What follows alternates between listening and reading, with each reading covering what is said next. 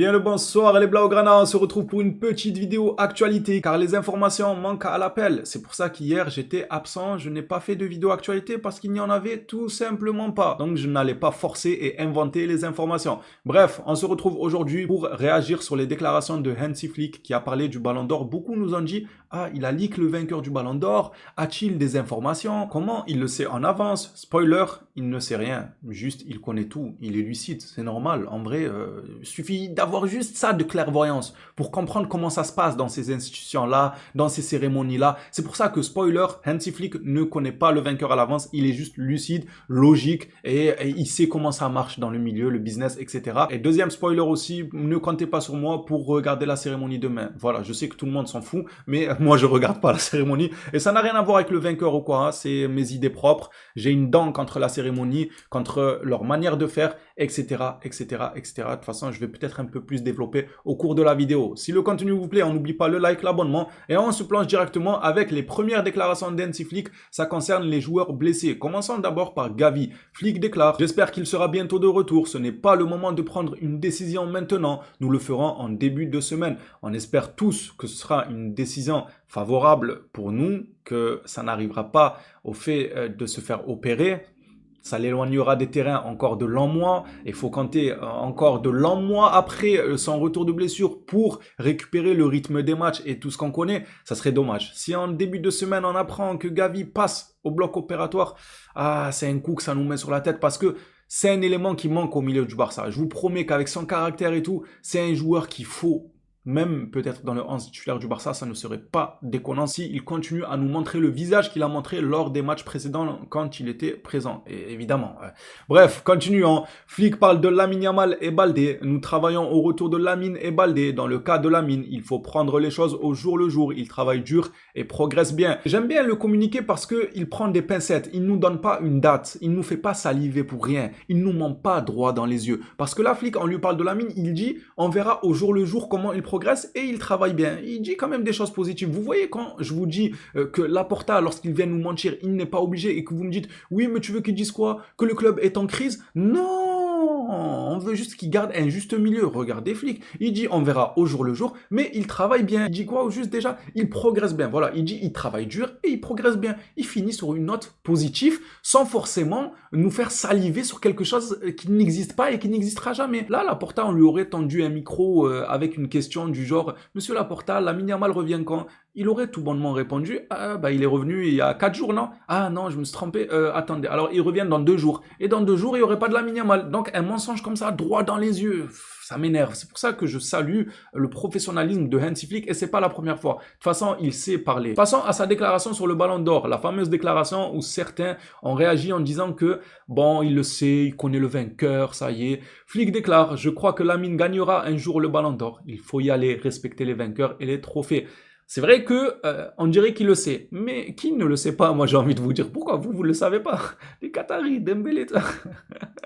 Moi, je vous promets que Dembélé, c'est pas le scandale du siècle sans Ballon d'Or. Mais c'est pas non plus le plus méritant du siècle. Encore une fois, moi, c'est là où j'ai un problème avec Dembélé. C'est que on veut nous faire croire qu'il n'y a aucun doute. C'est lui et personne d'autre, c'est logique, arrêtez, il n'y a aucun débat. Mais il y a un débat avec des joueurs dans son équipe, mon frère. De quoi tu me parles débat? Ne parlons même pas des autres joueurs de Lamine Yamal au Barça et tout. C'est pas grave. On va parler que uniquement dans votre propre club. Il y a débat.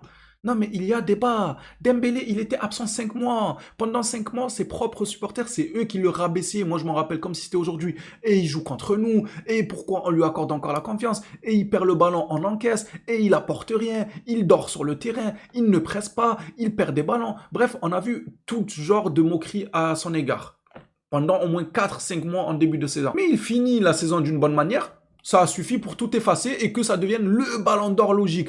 Alors oui, il a gagné tous les trophées. Alors oui, statistiquement, il fait bien. Mais comme je l'ai dit dans sa propre équipe, je me répète pour la énième fois, mais ça va être la dernière fois, je pense, promis, parce que c'est bientôt qu'ils vont décerner le Ballon d'Or. Et on n'en parlera plus. Comme je vous ai dit, moi, je le regarderai même pas personnellement à la cérémonie. Au sein de son équipe, il y en a d'autres qui ont gagné les trophées.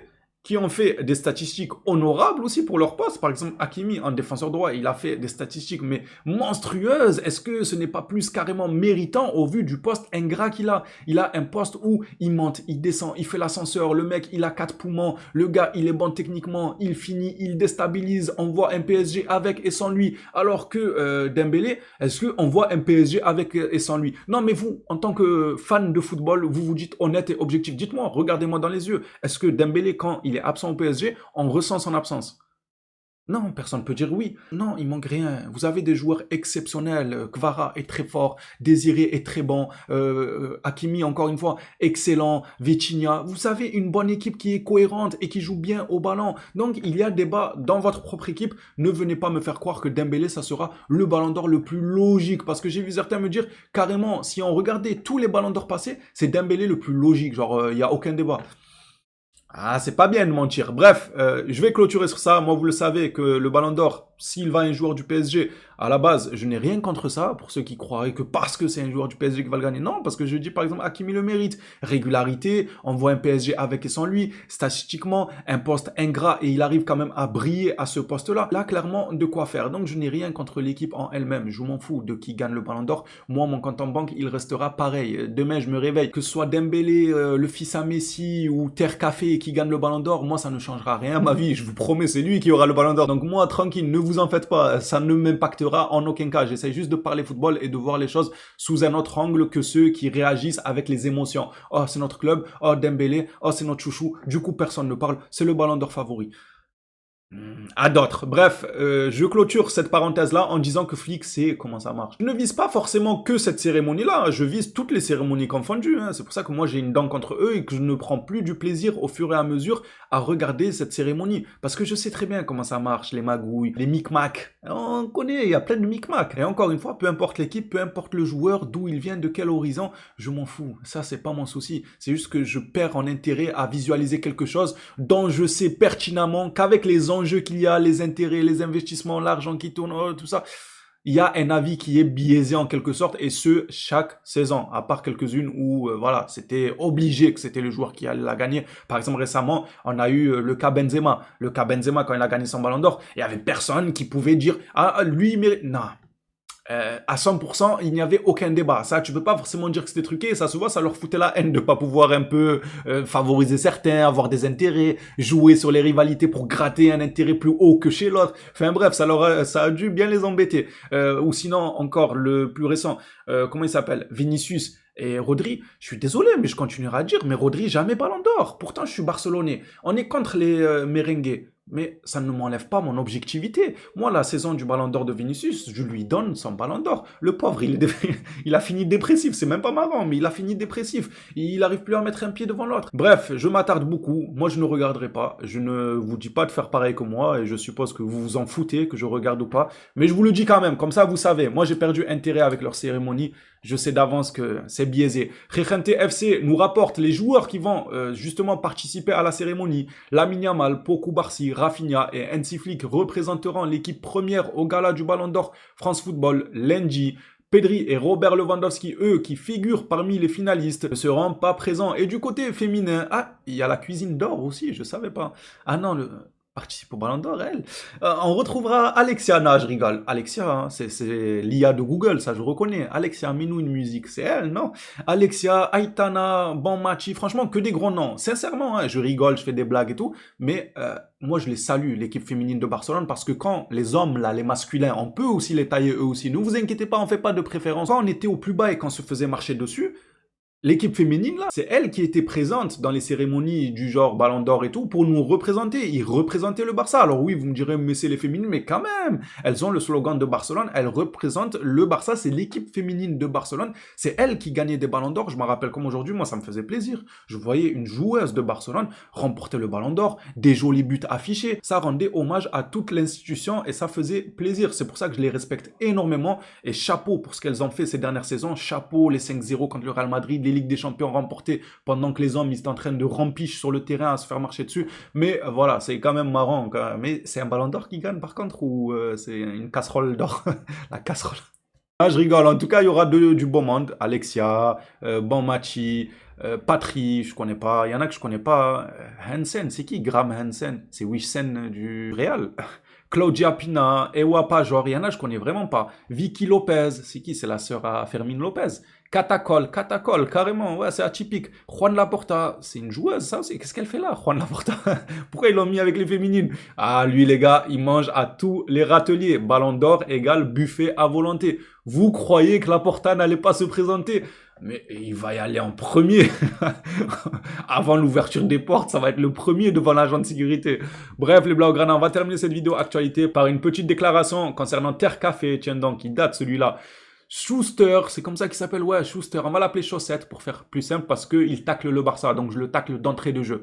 Chaussette conseille à Ter Stegen de chercher un nouveau club puisque chacun sait à quel point le Barça peut être impitoyable envers les joueurs dont il n'a plus besoin. Là, il tacle le Barça. Pourquoi il met une fixette sur ça? Pourquoi il met le point sur le fait que le Barça peut être impitoyable quand ils n'ont plus besoin d'un joueur? C'est faux. Alors déjà, premièrement, c'est le business, c'est comme ça. Que tu le veuilles ou non, tu ne vas pas refaire le monde. Nous-mêmes, là, dans des entreprises de smicard, quand il faut faire sauter des gens, ils nous font sauter comme du popcorn sans scrupule. Alors, tu te doutes bien que plus le montant est élevé en argent, que ça parle en millions, en milliards, en intérêts, etc., tu te doutes bien qu'on en a rien à faire d'un joueur qui ne rapporte rien. Moi, je comprends totalement les équipes qui sont ingrates envers soi-disant leurs joueurs. Non, il n'y a pas d'ingratitude. On n'est pas un centre social. Pitié. Arrêtez avec ça. Oui, on doit être reconnaissant pour ce qu'il nous a rapporté. Ah, ok. Donc toi, tu ouvres une entreprise.